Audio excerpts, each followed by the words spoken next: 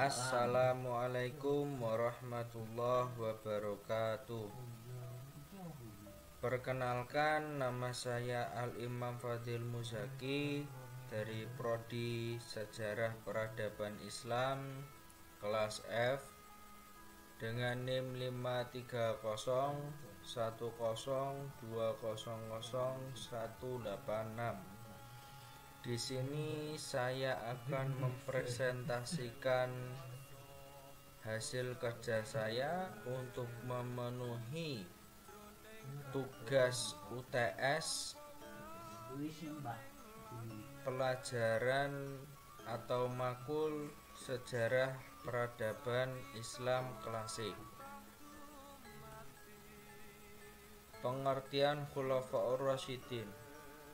Khulafaur Rasyidin menurut bahasa artinya para pemimpin yang mendapatkan petunjuk dari Allah Subhanahu wa taala. Sedangkan menurut istilah yaitu para khalifah atau pemimpin umat Islam yang melanjutkan kepemimpinan Rasulullah Muhammad SAW meninggal dunia tidak hanya sebagai seorang nabi yang diutus oleh Allah Subhanahu wa taala untuk menyampaikan risalah agama Islam, namun lebih dari itu, beliau juga seorang kepala negara yang memimpin suatu negara. Oleh karena itu, jabatannya sebagai kepala pemerintahan harus ada yang menggantikannya. Maka setelah Rasulullah Muhammad SAW wafat, para sahabat muhajirin maupun sahabat ansar berkumpul untuk bermusyawarah mengangkat seorang pemimpin di antara mereka. Pengangkatan seorang pemimpin atas dasar musyawarah yang dilakukan secara demokratis sesudah wafatnya Nabi Muhammad SAW. Inilah yang disebut Khulafaur Rasyidin, yang jumlahnya ada 4 orang, yaitu yang pertama Abu Bakar As-Siddiq, yang kedua Umar bin Khattab, yang ketiga Utsman bin Affan, dan yang keempat Ali bin Abi Thalib.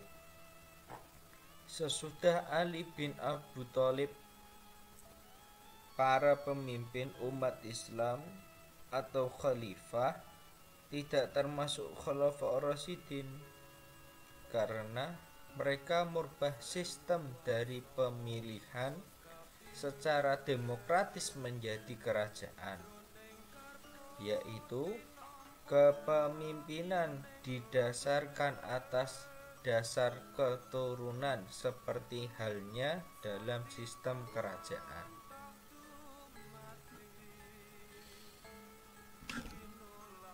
Masa Abu Bakar As-Siddiq 11 Hijriah sampai 13 Hijriah atau 632 Masehi sampai 634 Masehi.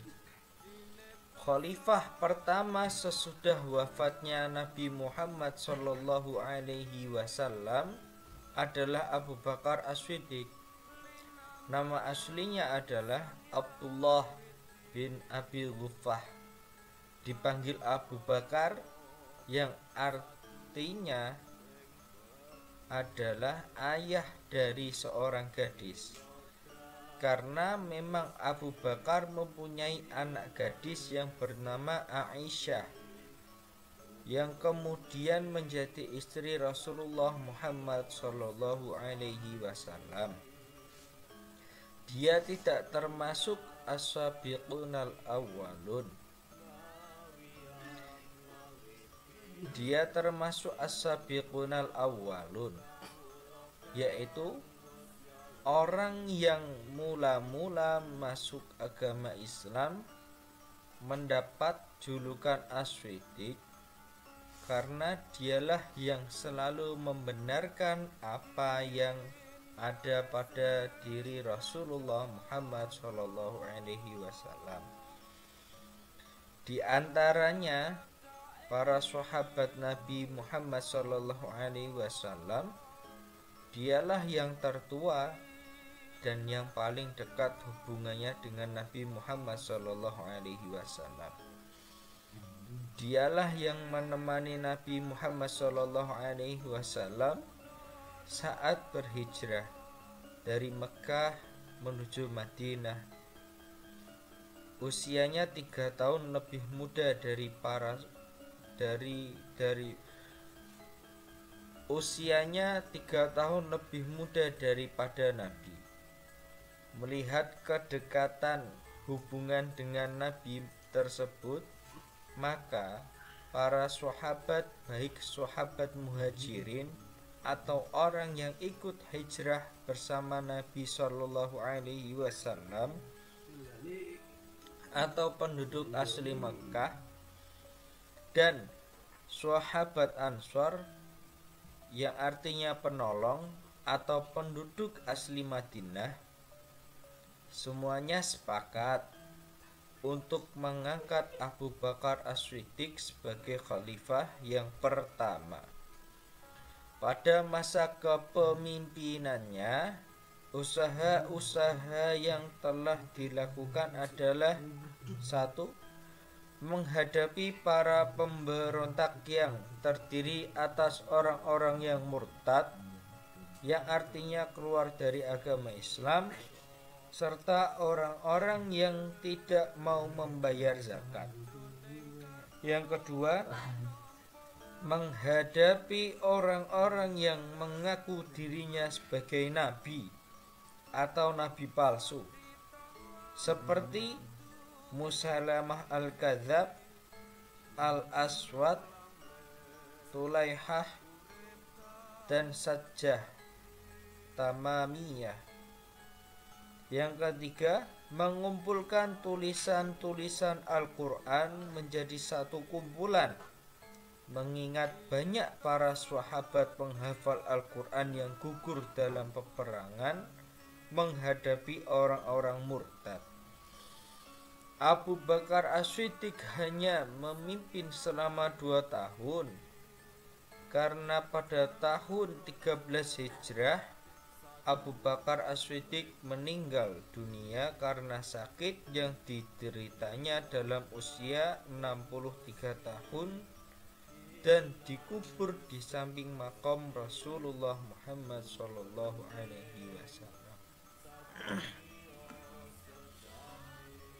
Khalifah yang kedua, Umar bin Khattab, 13 Hijriah sampai 23 Hijriah atau 634 Masehi sampai 644 Masehi. Umar bin Khattab adalah putra Naufal al-Quraisy dari Bani Adi.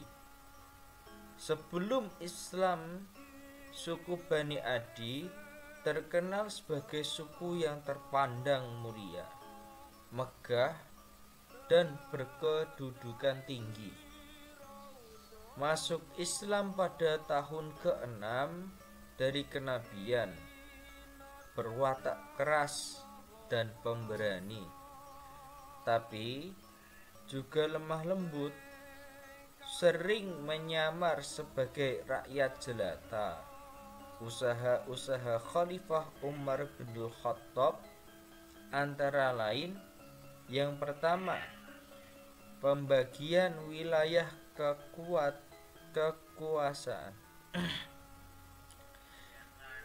Yang pertama, pembagian wilayah kekuasaan Islam menjadi beberapa bagian provinsi yang masing-masing provinsi dipimpin oleh seorang Amirul Mukminin. Hal ini mengingat semakin luasnya daerah kekuasaan Islam.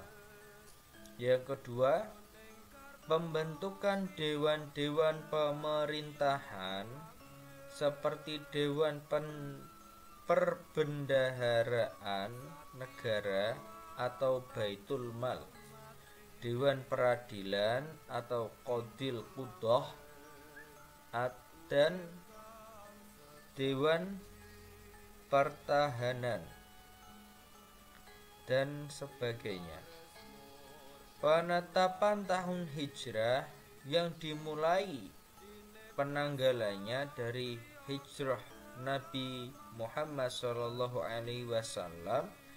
dari Mekkah ke Madinah. Yang keempat, pembentukan urusan kehakiman dan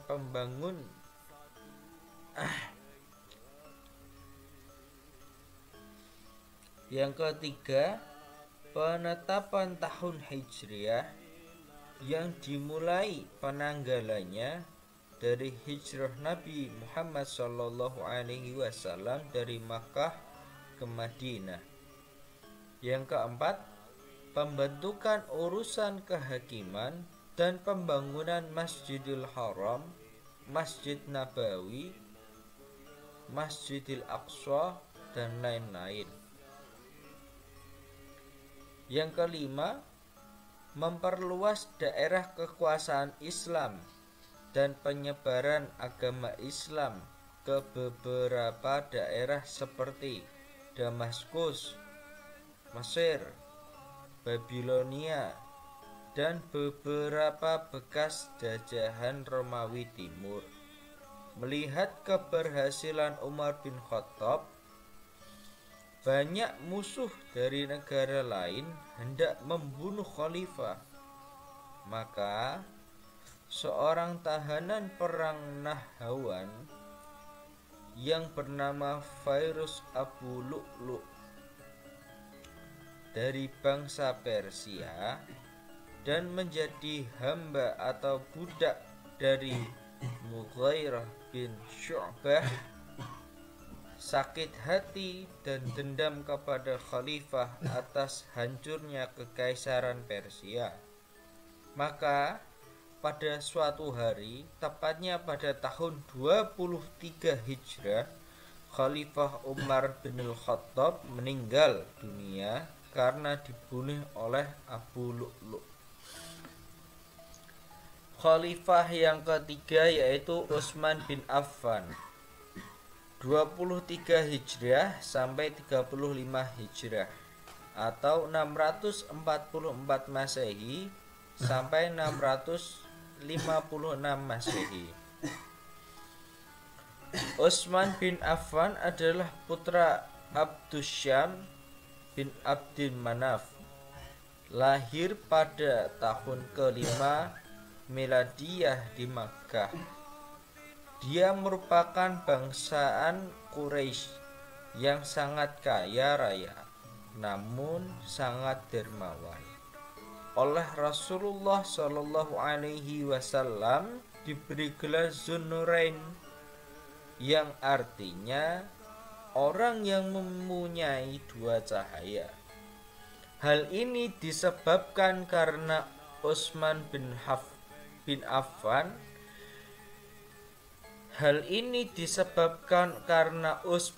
Affan menikah dengan dua putri Rasulullah Muhammad SAW, yakni dengan Siti Ruqayyah, dan kemudian setelah meninggal dunia Rasulullah SAW kembali menikahkannya dengan putrinya yang lain yang bernama Ummi Kulsum.